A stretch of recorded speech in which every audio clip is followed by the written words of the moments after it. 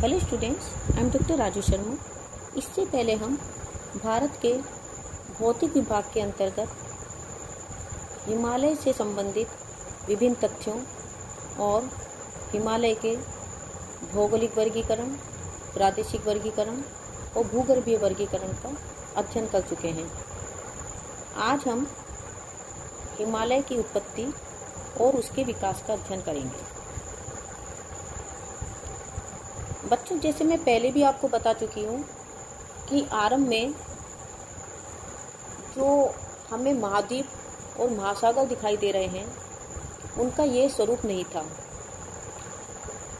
उस समय दक्षिणी अमेरिका, अफ्रीका, ऑस्ट्रेलिया और दूसरे स्थलखंड आपस में मिले हुए थे, जिसे पेंजिया कहते थे। इस पेंजिया के उत्तरी भाग को अंगारा लैंड और दक्षिणी भाग को गोंडवाना लैंड कहा गया और इसके मध्य में तैथिस सागर था। भूगर्भिक हलचलों के कारण तैथिस सागर में मोड़ पड़े और हिमालय की उत्पत्ति हुई, जैसा मैं पहले भी बता चुकी हूँ। परंतु ये समूचा हिमालय केवल एक बार में ही ऊपर नहीं उठा, बल्कि इसके ऊपर उठने में एक लंबे समय में घटित होने वाली अनेक घटनाओं का योगदान है। अध्ययन की सुविधा की दृष्टि से हम हिमालय के विकास को 3 भागों में बांट सकते हैं। हिमालय के निर्माण का प्रथम सोपान, हिमालय के निर्माण का द्वितीय सोपान और हिमालय के निर्माण का तृतीय सोपान। अब पहला है हिमालय के निर्माण का प्रथम सोपान। ऐसा कहा जाता है कि आज से करीब 7 करोड़ वर्ष पूर्व हिमालय के निर्माण ने प्रथम मंजिल पूरी की। उस समय मुख्य हिमालय की रचना हुई। इस श्रेणी का गर्भ भाग अजीब चट्टानों का और पृष्ठभाग पर्वतदार चट्टानों का बना हुआ था।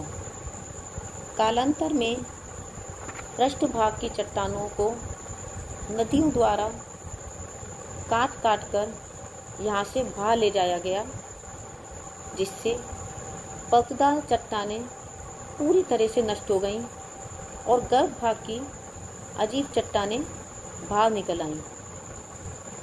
यही चट्टानें आज मुख्य हिमालय श्रेणी पर दिखाई देती हैं। हिमालय निर्माण के प्रथम सोपान के समय ही गोंडवाना महाद्वीप भी विखंडित हो गया और भारत, दक्षिणी अमेरिका, अफ्रीका और ऑस्ट्रेलिया का निर्माण हुआ। अब है हिमालय के निर्माण का द्वितीय सोपान। हिमालय पर्वत के निर्माण का द्वितीय सोपान आज से 3 करोड़ वर्ष पूर्व पूरा हुआ। हिमालय की प्रमुख श्रेणी के निर्माण के बाद इस श्रेणी का जल नदियों के रूप में प्रवाहित होने लगा। ये नदियाँ मुख्य श्रेणी के दक्षिण में फैले तैथिस सागर के अवशिष्ट भाग में मिट्टियाँ जमा करने लगीं। यह अवशिष्ट भाग खाड़ी के रूप में था, इसलिए समुद्री जल जीवों का काफ़ी विकास हुआ। इन जल जीवों के अवशेष भी इस मिट्टी के भीतर दबते रहे, जिनका परिवर्तित रूप हमें पेट्रोल के रूप में मिलता है। यह समुद्र निर्मित चट्टानें आज से 3 करोड़ वर्ष पूर्व मायोसीन युग में ऊपर उठने लगीं और इससे मध्य हिमालय का निर्माण हुआ।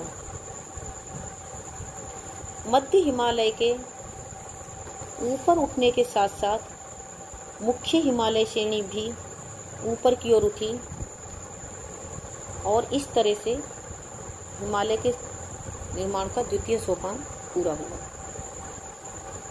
अब है हिमालय के निर्माण का तृतीय सोपान। आज से लगभग 2.25 लाख वर्ष पूर्व हिमालय के निर्माण का अंतिम चरण पूरा हुआ। इस समय शिवालिक हिमालय का निर्माण हुआ। भूगर्भ में अचानक भयानक हलचल होने से भूपृष्ठ में भारी परिवर्तन होने लगे। इसके फलस्वरूप मध्य और महान हिमालय के दक्षिण और उसके समानांतर बहने वाली इंडो ब्रह्म नदी का तल भी भूपृष्ठ से लगभग 1500 मीटर ऊंचा उठ गया और एक पर्वत श्रेणी के रूप में परिवर्तित हो गया। इस पर्वत श्रेणी को शिवालिक श्रेणी भी कहते हैं। पीर पंजाल श्रेणी के निर्माण की घटना भी लगभग इसी समय ही घटित हुई। कारेवन नाम का सरोवर का जल तल भूगर्भिक हलचलों के फलस्वरूप ऊपर उठकर पीर पंजाल पर्वत श्रेणी के रूप में परिवर्तित हो गया। इसी समय कश्मीर की घाटी का निर्माण हुआ। कश्मीर की घाटी की वूलर और डल झीलें कारेवां सरोवर का ही अवशेष मात्र हैं। इस प्रकार हिमालय पर्वत एक लंबे काल में घटित होने वाली अनेक घटनाओं का परिणाम है। इसकी उत्पत्ति तैथिस सागर के ऊपर उठने से हुई। इस बारे में लगभग सभी विद्वान सहमत हैं। हिमालय पर्वत को ऊपर उठाने वाली शक्ति पर विभिन्न विद्वानों ने विभिन्न विचार व्यक्त किए हैं। कुछ विद्वानों का कहना है कि शक्ति प्रमुख रूप से दक्षिण की ओर से आई। भारतीय भूखंड उत्तर की ओर खिसका, जिससे तैथिस सागर के तल में मोड़ पड़े। इस विषय में वैटिल का मत है कि तिब्बत के पठार पर पीछे से दबाव आने से उसके किनारों के भागों में मोड़ पड़ गए।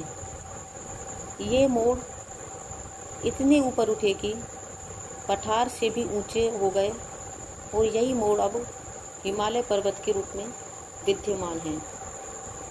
इन मोड़ों का इतना अधिक ऊपर उठने का कारण यह भी था कि नदियों द्वारा मोड़ों का बहुत सा पदार्थ बह गया और उनमें अनेक गहरी घाटियाँ और दरारें बन गई। इसलिए संतुलन इस शक्ति के प्रभाव से उनको उठना पड़ा।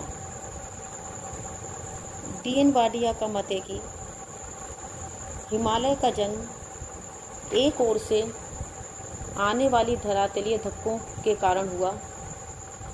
उन्होंने अपने मत के समर्थन की पुष्टि में 2 प्रमाण दिए।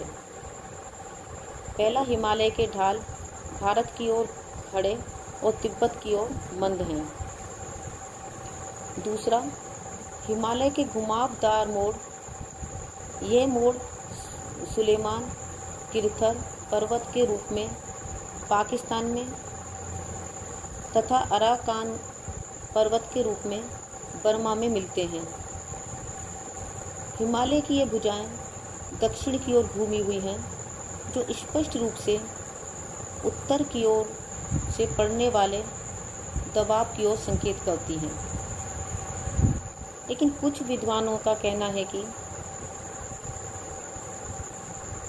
हिमालय पर्वत के उत्पत्ति 2 भूखंडों के खिसकने से हुई। दोनों भूखंड एक दूसरे की ओर खिसके, जिससे तैथिस सागर के तल पर मोड़ पड़ गए। इस मत का समर्थन डेव और बर्ड नामक विद्वानों ने किया। तो स्टूडेंट्स, आज हमने हिमालय की उत्पत्ति और उसके स्टेप बाय स्टेप जो उसका विकास हुआ उसका अध्ययन किया। नेक्स्ट टाइम हम भारत के उत्तरी मैदान का अध्ययन करेंगे।